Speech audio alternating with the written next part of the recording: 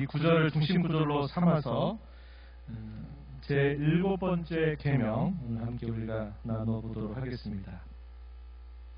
제 7번째 계명은 간음하지 말라. 우리가 읽었던 그 말씀이 중심적인 명령의 내용이 됩니다. 사전을 찾아보면요, 이 간음에 대해서 어떻게 설명이 되어 있냐면, 부부가 아닌 남녀가 성관계를 맺는 것, 이것을 간음이다, 이렇게 간단하게 정리를 해주고 있습니다. 강간이나 간통, 성매매를 포함해서 미혼인 사람의 성교, 이런 것들도 역시 간음에 해당된다, 이렇게 정리가 되고요. 우리가 아는 것처럼 많은 종교에서는 이것을 금지하고 있습니다.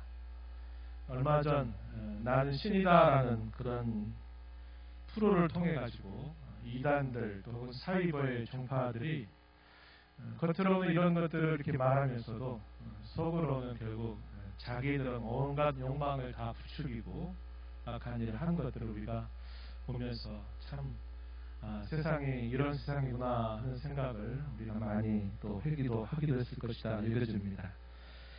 요거 다시 이렇게 좀 말할 수 있을 것 같아요. 정당한 혼인 관계 바깥에서 하는 성적인 행위를 갖는 것, 우리가 이것을 간음이다, 이렇게 이해할 수 있겠습니다. 최근 우리 한국 사회, 최근이라기보다는 벌써 좀 어느 정도 여러 해가 지났는데요, 이 간음에 대한 처벌 규정이 바뀌었다는 겁니다. 대한민국을 비롯한 선진국에서는 서로 이런 정당한 혼인관계가 아니더라도 상대방이 서로 합의를 해서 이러한 관계를 갖게 될 경우에는 처벌을 하지 않는 것처럼 이렇게 여겨지고 있다는 겁니다. 성매매 같은 경우에도 처벌을 그런 경우도 문제가 많이 생겨나고 있다는 겁니다. 과거에 우리 한국 사회는 대단히 이런 일들에 대해서 엄격한 태도를 가지고 있었지만, 지난 2015년 2월 26일 대한민국 헌법재판소에 위헌 결정이 나게 되면서 형사처벌의 대상에서 제외가 된 것으로 알려져 있습니다. 우리는 이런 대한민국을 살고 있어요. 불과 몇십 년 전만 해도 대단히 이런 일들에 대해서 엄격한 생각을 가지고 있었던 우리 대한민국은 불과 길지 않은 시간 안에서 이런 일들에 대해서 굉장히 넓은 그러한 잣대를 들이대고 있다 하는 겁니다. 매일 TV를 통해서 그리고 SNS와 같은 이런 대중매체에서 본물처럼 쏟아져 나오는 이런 성적인 타락과 부패는 간음에 대한 생각을 대단히 약하게 만들어 버렸다, 이렇게 이야기할 수 있겠습니다. 교회들도 이에 대해서는 예외가 아닌 경우들이 참 많아요. 그리고 요즘 젊은 그리스도인들 사이, 특별히 청년 대학생들의 생각 속에서는 이런 간음이라고 하는 것에 대한 의식이 굉장히 약한 것이 오늘 우리의 현실이다, 이렇게 말할 수 있을 것 같아요. 더더군다나 그런 일들 뿐만 아니라 성소수자들이 인권 문제를 앞세우면서 우리는 차별당하고 있다 하는 것들로 인해서 성적인 차별을 금지해달라고 하는 이 문제를 계속 호소하고 있고, 이것들이 계속 입법화되려고 하는 시도가 일어나고 있다는 것을 우리는 또 주목하게 됩니다. 이러한 혼란스러운 여러 상황들 속에서 우리 하나님께서는 우리에게 무엇을 말씀하시는가, 구원받은 교회와 구원받은 성도들에게 무엇을 하나님의 뜻으로 알려주시는가, 우리는 다시 한번 귀를 기울여야 하겠다 한 것입니다. 이 7번째 계명을 명령하시는 근거, 그게 뭘까? 그것은 언약관계라고 한 것입니다. 혼인관계는 남자와 여자가 부부가 되는 것을 말하죠. 이 혼인관계의 좀 더 근원적인 원형을 말하면 그게 무엇이냐면 하나님과 자기 백성들 사이에 맺은 언약의 관계, 이것을 또 다르게 말하면 그리스도와 교회와의 관계가 이런 혼인관계의 원형이 되는 것으로 성경 우리에게 설명해 주고 있습니다. 그래서 이러한 관계들을 우리에게 잘 드러내고 가르치기 위해서 하나님께서 혼인관계라고 하는 것을 인류의 선물로 주셨다, 이렇게 여길 수 있겠습니다. 잠언서 2장 16절 17절 말씀해 보시면 이런 표현들이 소개가 돼요. 지혜가 또 너를 음녀에게서 말로 우리는 이방 계집에게서 구원하리니 그는 젊은 시절의 짝을 버리며 그의 하나님의 언약을 잊어버린 자다, 이렇게 말합니다. 아내를 버린 자, 뭐라고 설명합니까? 신의를 저버린 자. 보통 인류 사회에서는 그걸 말하잖아요. 그런데 성경은 그걸 말하기 전에 뭘 먼저 말하냐면 하나님과의 언약을 잊어버린 자다, 이렇게 말해주고 있다는 겁니다. 이것은 인류관계로 맺어주신 이 혼인관계의 근거는 하나님과의 언약에 그 기초를 두고 있다는 사실을 알려주는 말이 될 것입니다.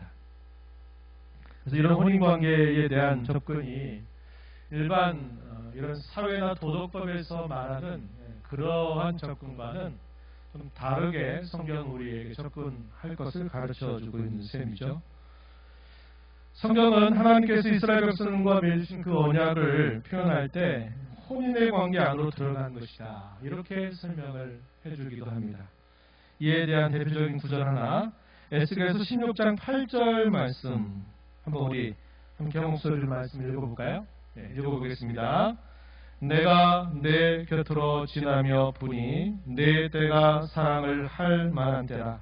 내 옷으로 너를 덮어 벌거벗은 것을 가리고 내게 맹세하고 언약하여 너를 내게 속하게 하였느니라. 나 주 여호와의 말이니라.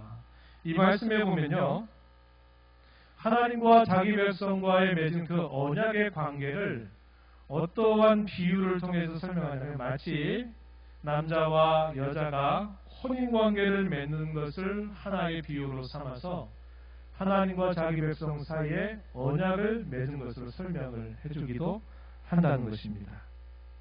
그래서 이 언약관계 안에 있는 이스라엘 백성들, 또 그들이 이 언약관계 안에서 벗어나서 다른 관계로 나아가게 될 때 성경은 그 중요한 이유가 하나님 외의 다른 신들을 섬기게 될 때 그것을 하나의 근거로 이야기하고 있다 하는 겁니다.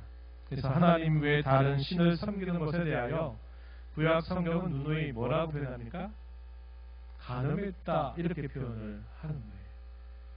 남편과 아내가 서로 부부가 돼서 서로를 향하여 그 신의를 잘 지켜야 그 가정이 든든히 서고 자손들이 번성하게 되는데, 그것을 깨뜨려 버리게 되면 그 가정이 파괴되는 일들이 참 많죠. 하나님과 이스라엘 백성들 사이에 맺으신 그 언약에서 이스라엘 백성들이 하나님을 향한 신의를 지켜야 되는데, 하나님이 아닌 그 가나안에 오랫동안 섬겨왔던 신들의 마음을 주게 되거나 이방 나라들이 섬기는 그 신들의 마음을 주게 될 때 그것은 하나님께 대한 신의를 저버리는 행위다. 그것을 영적으로 간음한 것으로 설명을 해주고 있다는 겁니다. 그렇게 이스라엘이 우상을 섬기게 될 때 하나님은 간음했다, 이렇게 심하게 책망을 하시죠. 이게 선지서에서 많이 우리가 읽게 되는 아주 중요한 주제 가운데 하나라는 것을 우리는 떠올릴 수 있겠습니다. 그렇다면 이 7번째 계명이 요구하는 뜻은 무엇일까? 몇 가지로 정리해 볼 수 있겠는데요. 먼저 금지한 것에 대해서는 뭐라고 얘기하냐면 혼인이든 독신이든 모든 부정한 것들을 금한다는 겁니다. 그것을 우리에게 요구하고 있다 하는 것입니다. 실계명이 무엇보다 확실하게 요구한 것은 혼인을 하든지 아니면 독신으로 했든지 어떠한 형태의 부정이라도 금하고 있다는 사실입니다. 마태복음 19장 9절 말씀에서 예수님은 이렇게 말씀하셨어요. 내가 너희에게 말한다. 누구든지 음행한 이유 외에 아내를 버리고 다른 데 장가드는 자는 간음하는 것이다. 이렇게 말씀을 하셨습니다. 음행의 이유 외에 아내를 버려서는 안 된다. 그리고 버리고 난 다음에 다른 데로 장가드는 것, 이것은 분명히 이 계명을 깨뜨리는 것이다. 이렇게 말해주고 있고요. 고린도서 7장 10절 11절 말씀에 보시면은 이렇게도 말합니다. 우리 함께 읽어볼게요. 시작. 결혼한 자들에게 내가 명하노니 명하는 자는 내가 아니요 주시라. 여자는 남편에게서 갈라서지 말고 만일 갈라섰으면 그대로 지내든지 다시 그 남편과 화합하든지 하라. 남편도 아내를 버리지 말라. 결혼한 자들에게 내리는 명령. 여자는 남편에게서 갈라서지 말아라. 또 반대로 남편도 아내를 버리지 말아라. 이렇게 말합니다.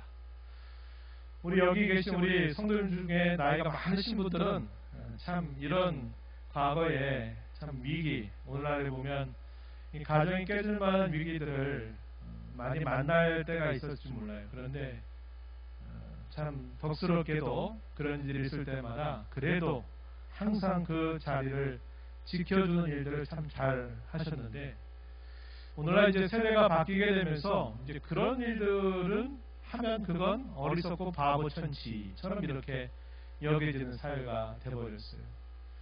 여러분 가끔씩 들으시겠지만 서로 사랑해서 평생도록 함께하겠다, 서로 모든 증인들 앞에서 약속을 하고 결혼식을 하고 신혼여행을 갔는데 그 신혼여행에서 마음이 안 맞다고 이혼하고 돌아오는, 참 말도 안 되는 이런 일들이 지금은 간간히 이런 일들이 보고가 된다는 거예요.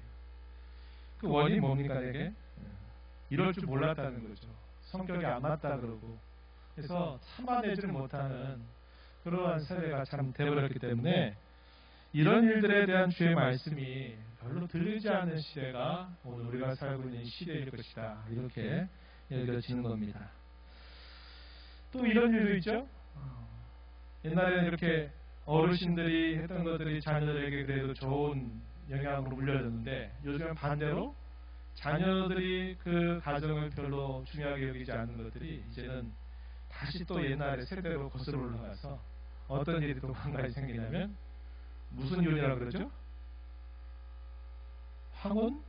이혼? 이제 자식들 다 우리 부모로서 해야 될 일 다 했으니까 이제 우리 서로 떨어져서 편하게 혼자씩 사십시다, 뭐 이래 가지고 황혼 이혼이 또 우리 한국 사회에 많이 또 일어난다, 이런 뉴스 보도들이 나타나기도 하는 겁니다. 윤리적인 끈, 윤리라고 하는 것을 마치 운동화 끈을 매는 것으로 이렇게 비유를 하면요, 운동화 끈을 이렇게 매는 것은 아무래도 좀 번거로운 일이에요. 그런데 그 운동화 끈을 그냥 한번 헤쳐버리는 것은 쉽거든요. 그래서 사람이 무엇인가 어떤 도덕적인 윤리적인 기준들을 세워가려고 하는 이게 쉽지 않지만, 그게 무너져 내리는 것은 아주 순식간에 금방 무너지게 돼 있다는 겁니다. 그래서 우리가 살고 있는 이런 시대 속에서 사회는 우리에게 엄격한 걸 요구하지 않아요. 아까도 제가 초대에 말씀드렸지만, 이제는 헌법재판소에 막 이런 것들을 막 걸고 넘어지면 헌법재판소에서도 예전같이 이렇게 윤리적이고 도덕적 관습에 따라 평가하는 게 아니라 단순히 법 해석을 어떻게 해야 되느냐 하는 것에 대한 재판관들의 의견들이 다수를 이루게 되면, 우리의 상식에 안 맞는 일이라도 그게 통과가 되면 그게 하나의 법이 되어버리는 식이 된 겁니다. 그래서 사실상 우리의 시대를 우리가 잘 붙들어 가기 위해서는 우리에게 주신 하나님의 규례, 하나님께서 가정을 세우시고 또 부부의 관계를 맺어주시게 된 그 근본적인 그 하나님의 뜻으로 돌아가는 것이 더없이 중요한 시대가 되었음을 우리는 기억해야 하겠습니다. 히브리서 13장 4절 말씀에 보면요, 이렇게 또 권면합니다. 모든 사람은 결혼을 귀히 여기고 침소를 더럽히지 않게 하라. 음행하는 자들과 간음하는 자들을 하나님이 심판하신다, 이렇게 말씀을 하고 있습니다. 결혼을 귀하게 여기라, 침소를 더럽히지 말아라, 이렇게 분명하게 우리에게 권면을 하고 있다 하는 것입니다. 그래서 혼인을 하든지 독신이든지 모든 형태의 부정을 금하고 있다는 거예요. 그렇게 부정을 그렇게 금하게 하고 있다는 것은 이 부정이야말로 하나님의 저주 아래 있는 것이기 때문이다. 성경은 우리에게 그렇게 설명해 주고 있어요. 에베소서 5장 5절 말씀해 보시면요, 이렇게 말합니다. 너희는 정녕 이것을 알거니와 음행하는 자나 더러운 자나 탐하는 자 곧 우상 숭배의 자는 다 그리스도 하나님의 나라에서 기업을 얻지 못하리니, 이렇게 표현을 해줍니다. 부정한다 하는, 이 부정하다라고 하는 것은 하나님의 저주 아래 있는 일이어서 그의 나라를 상속받지 못할 일이다, 이렇게 분명하게 말해주고도 있다는 것입니다. 적극적인 하나님의 요구는 뭘까요? 소극적으로는 이렇게 하지 말 것을 요구하지만 적극적으로는 이렇게 하라고 요구한 거죠. 그게 뭐냐면 순결하고 단정한 생활을 하도록 하나님의 자녀들은 힘써야 된다는 것을 요구하고 있다는 것입니다. 우리는 먼저 어떠한 부정이라도 마음으로부터 미워하는 자세를 가져야 합니다. 그리고 순결하고 단정한 생활을 하도록 항상 힘써야 할 것을 우리에게 가르쳐 주고 있습니다. 데살로니가전서 4장 3절로부터 5절 말씀, 우리 함께 말씀을 읽어볼까요? 읽어보겠습니다. 하나님의 뜻은 이것이니 너희의 거룩함이라 곧 음란을 버리고 각각 거룩함과 존귀함으로 자기 안에 대할 줄을 알고 하나님을 모르는 이방인과 같이 세욕을 따르지 말아라. 하나님의 뜻은 이것이다. 곧 너희의 거룩함이다. 거룩함을 강조하는 구약 성경 가운데 레위기는 이것을 대단히 강조하죠. 이 레위기의 핵심적인 구절 하나 꼽으라면 그겁니다. 내가 거룩하니 너희도 거룩하라 라고 하는 하나님의 요구입니다. 구원하신 그의 자녀들을 향해서 하나님이 바라시는 것은 하나님의 거룩하신 것 같이 그의 자녀된 모든 이들도 그 거룩함을 본떠 살아야 될 것을 분명한 뜻으로 가르쳐 주고 있습니다. 복음을 전했던 당시 그 복음이 이방 세계에 계속 복음이 전파되죠. 바울 사도와 복음의 일꾼들을 통해서 이 복음이 로마 곳곳에 계속 증언될 때 그 사회가 가지고 있는 그런 성적인 부도덕함이나 그런 기준들이 굉장히 풀어져 있는 그 사회 속에서 그럼 어떤 사람들이 구원받은 사람들인가, 그들의 특징이 과연 무엇인가 이야기할 때 이런 모든 형태의 부정으로부터 떠나는 그러한 생활의 열매가 있어야 된다는 것을 대단히 강조한 겁니다. 그들이 예수님을 자기의 구주로 믿는다 말하면서도 자신들이 어릴 때부터 살아오면서 늘 보고 듣고 배웠던 그 시대의 성적인 관습이나 그들의 가정의 여러 배경과 풍토들을 그대로 따라가는 것은 그것은 그리스도인다운 것이 결코 아니다라는 것을 분명하게 말할 필요가 있었던 것입니다. 그래서 그들이 그리스도인으로 변화되어 새롭게 살아가는 데 있어서는 무엇보다도 그들이 섬기는 아버지처럼 거룩함을 이루어가는 일에 힘써야 될 것을 가르쳐 주고 있어요. 우리 이와 같은 이야기, 또 많이 우리가 듣는 이야기이기도 하지만 기독교가 처음에 이 로마 세계에 전파가 될 때는 그 시대가 가지고 있는 그 시대의 우상들이나 종교적인 풍습, 또 그들의 오랜 관습들, 이런 것들과 서로 이렇게 부딪히게 되면서 많은 반대를 받게 되잖아요. 그런데 그럼에도 불구하고 계속 복음이 그곳에 증거되면서 믿는 사람들이 계속 일어나게 됩니다. 그리고 나중에는 로마가 여러 가지 이유를 들어가지고 예수 믿는 사람들을 공개적으로 대대적으로 박해를 하게 되는데, 이런 박해를 받게 되는 일이 있게 될 때마다 놀라운 일은 뭐냐면 마치 하나의 미랄이 땅에 떨어져 죽으면 그 죽은 하나의 씨앗으로 말미암아 많은 열매를 맺는 것과 같이 이상하게도 이 예수 믿는 사람들을 박해해서 죽이면 씨가 말라버릴 것 같은데 놀라운 일은 믿는 자들이 이곳저곳에서 더 일어나는 역사가 일어나게 되는 겁니다. 그리고 나중에 시간이 계속 흘러가니까 어떻게 하느냐, 이 로마의 높은 직위에 있는 사람들이 누구를 자기의 아내로 받아들이려고 하냐면 예수님을 믿는 여인들을 자기 아내로 받아들이려고 해요. 왜 그럴까요? 그 이유가 뭐겠습니까? 정결한 삶을 이 여인들이 살아가거든요. 당시의 보편적인 여인들이 자신들의 삶을 살아가는 것과 다르게 예수님을 믿는 여인들이 단정하고 순결한 생활을 한단 말이에요. 그러니까 로마의 직위가 높은 사람들이 나중에는 예수님을 믿는 여인들을 자기의 아내로 이렇게 받아들이게 되는 거예요.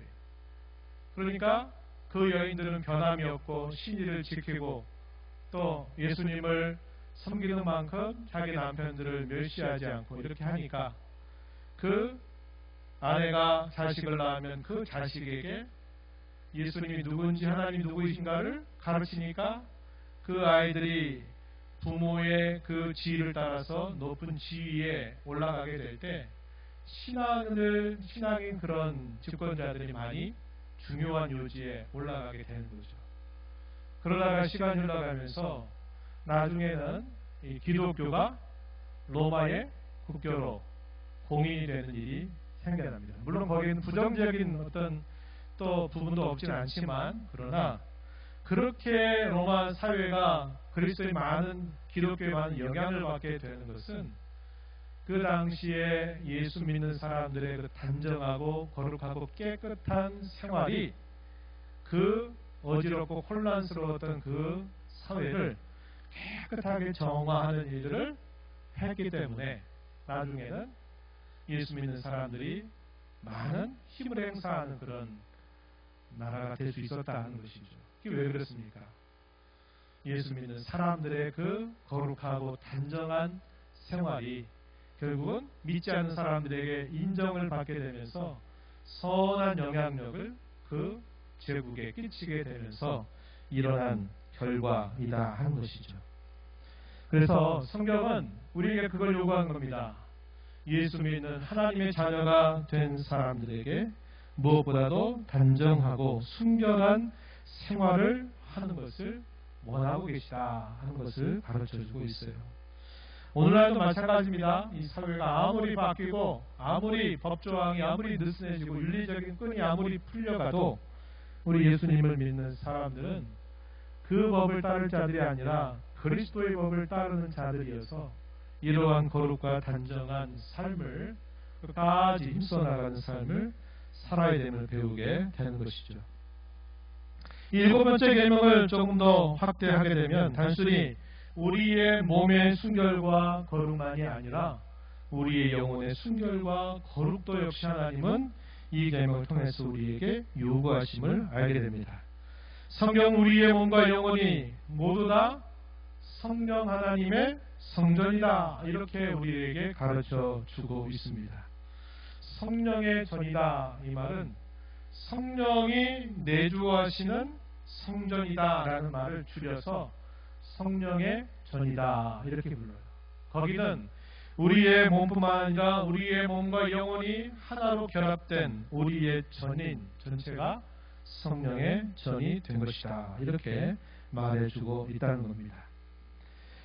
그래서 우리에게 이 요구하는 이 의미는 우리의 몸만 아니라 우리 영혼의 순결과 거룩을 요구하고 있다 하는 것입니다.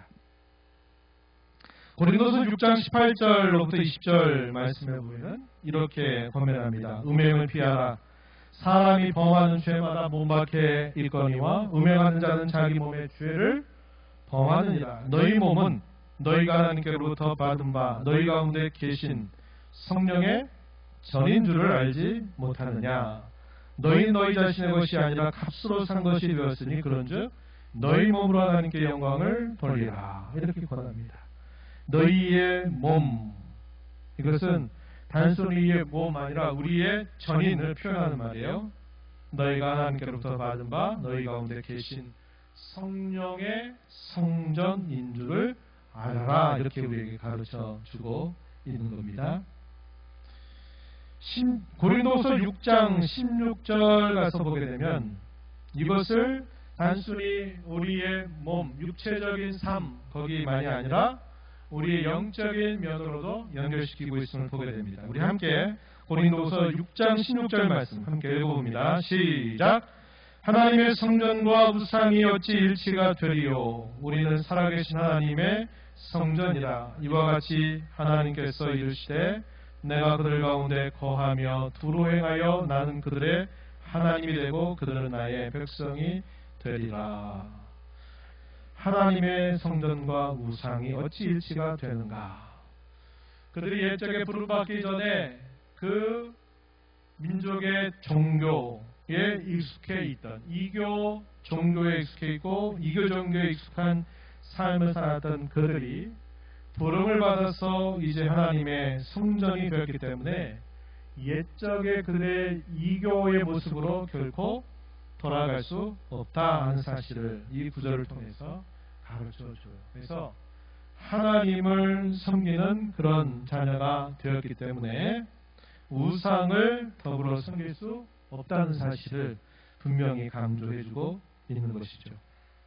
고린도서 7장 1절 말씀, 이게 6장 16절로부터 계속 이어지는 말씀인데 7장 1절에서는 이렇게 또 권면합니다. 그런즉 사랑하는 자들아, 이 약속을 가진 우리는 하나님을 두려워하는 가운데서 거룩함을 온전히 이루어 육과 영의 온갖 더러운 것에서 자신을 깨끗하게 하자. 이 마지막 부분에 뭐라고 말합니까? 거룩함을 온전히 이루어 육과 영의 온갖 더러운 것에서 자신을 깨끗하게 하자. 이 구절은 우리에게 육체적인 것만 아니라 우리의 영적인 모든 면에 있어서 우리 하나님 앞에 거룩하고 깨끗한 자가 되어야 됨을 가르쳐줘요. 하나님이 우리와 맺으신 그 언약을 통하여 하나님 우리에게 요구하시는 하나님의 뜻이 바로 이것이다 하는 것을 우리는 배우게 되는 것입니다.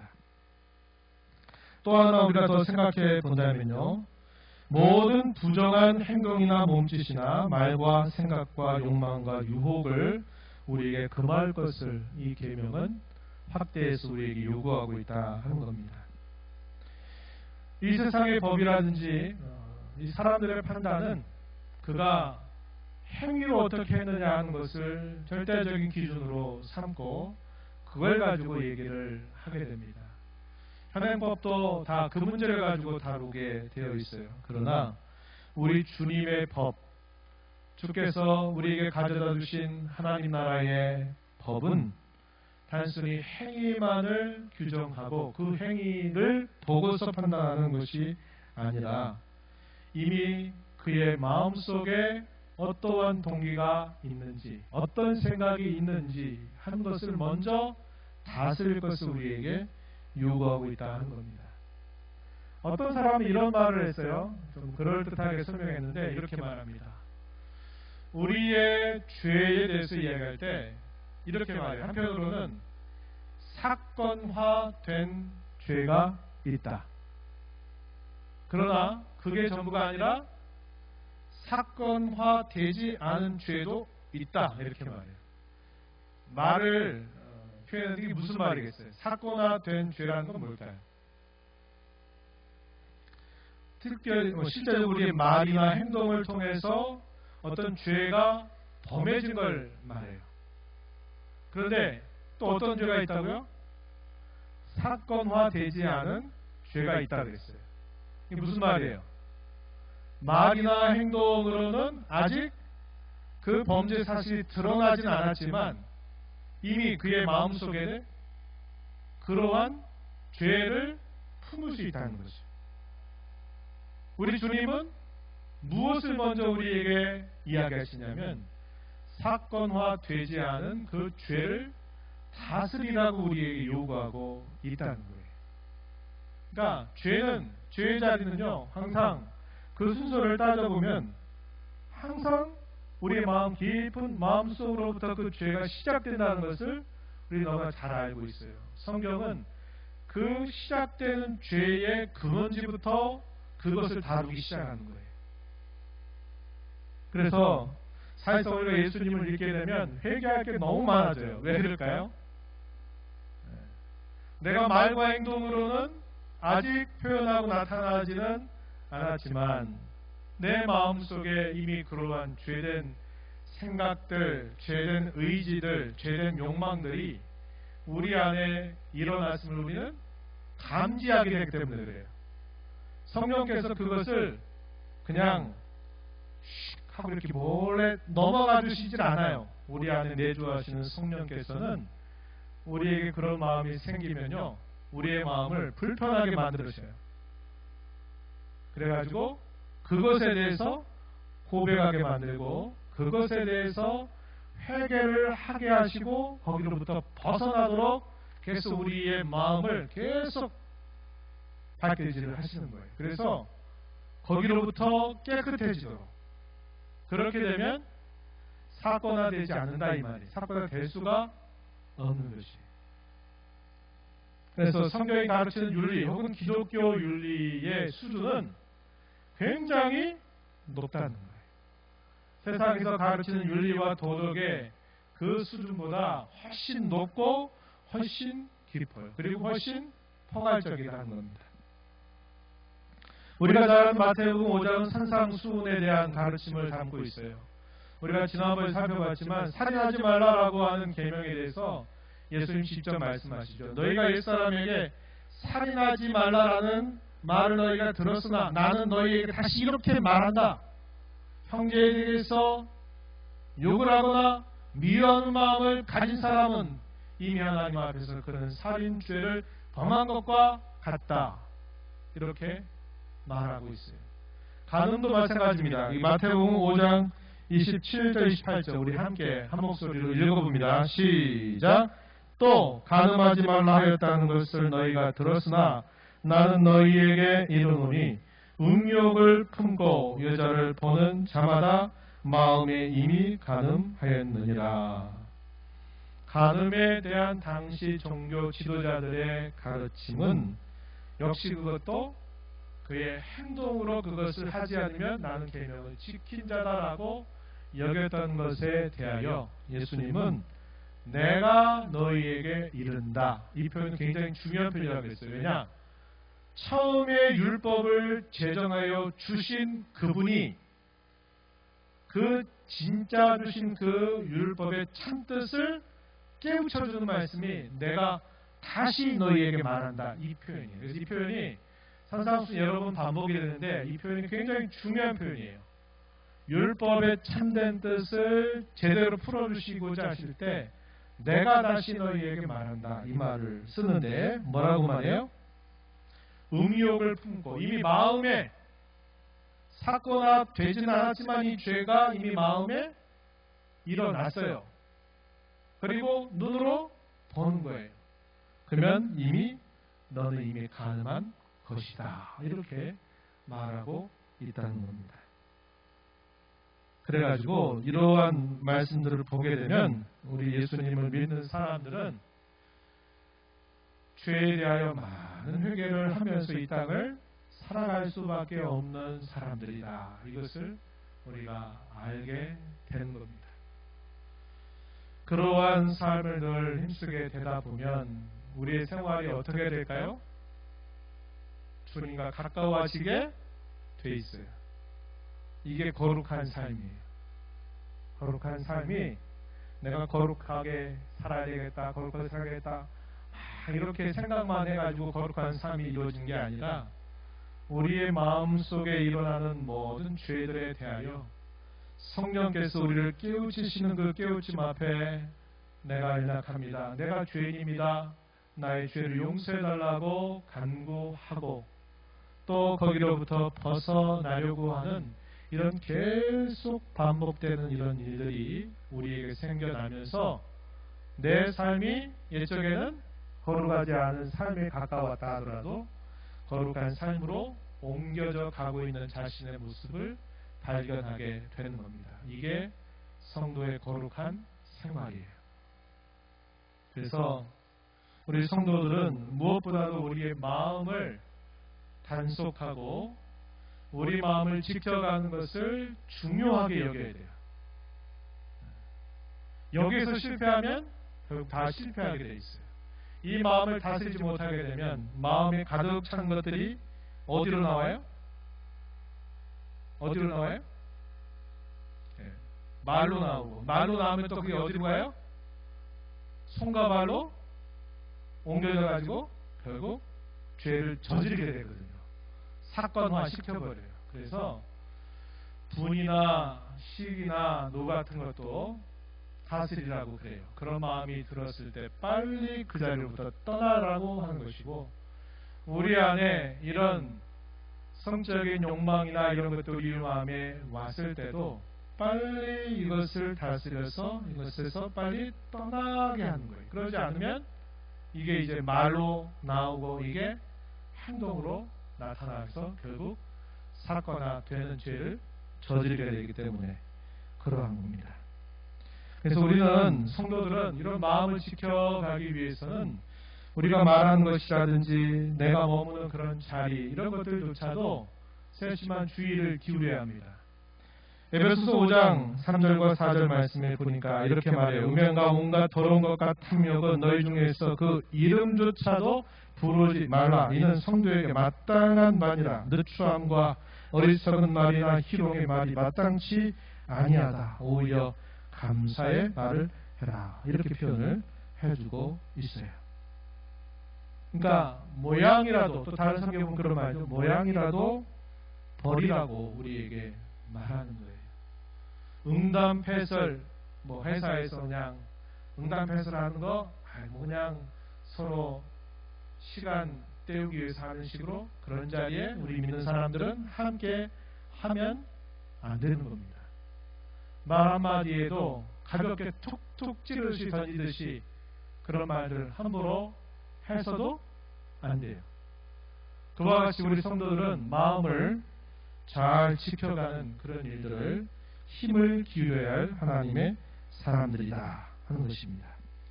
우리는 대단히 혼탁한 시대를 살아가고 있어요. 그렇지만 우리는 하나님의 거룩한 자녀가 되었습니다. 그의 백성이 되었죠. 더 가까이는 그분의 신부로 변화받은 저와 여러분입니다. 그러하기에 우리의 육체적인 이런 간음뿐만 아니라 우리의 영적인 간음, 그리스도 외의 다른 것들을 더 바라고 기대하는 그러한 자세로부터 항상 주의하여 행하는 저와 여러분 되기를 바랍니다. 하나님 아버지, 오늘도 저희들에게 이 말씀을 통해서 이 어지럽고 혼탁한 시대를 살아가는 저희들을 구원하시고 부르시고 저희들을 새롭게 하여 주셔서 하나님의 존귀한 자녀, 하나님의 거룩한 백성, 그리스도의 단정한 신부로 저희들을 삼아 주신 은혜를 감사하고 저희 남은 삶 속에서 이 세상의 더러움과 부정한 것들에 저희의 마음을 빼앗기지 않도록 늘 저희들을 붙들어 주시며 저희의 마음을 단속하여 잘 지켜나가는 삶이 되어서 이 혼탁한 세대 가운데서도 선한 영향력을 잘 드러내고 발휘함으로 하나님께 영광이 되게 하시고 하나님의 거룩하심을 닮아가는 삶을 살아가도록 도와 주옵소서. 예수님 이름으로 기도하옵나이다. 아멘.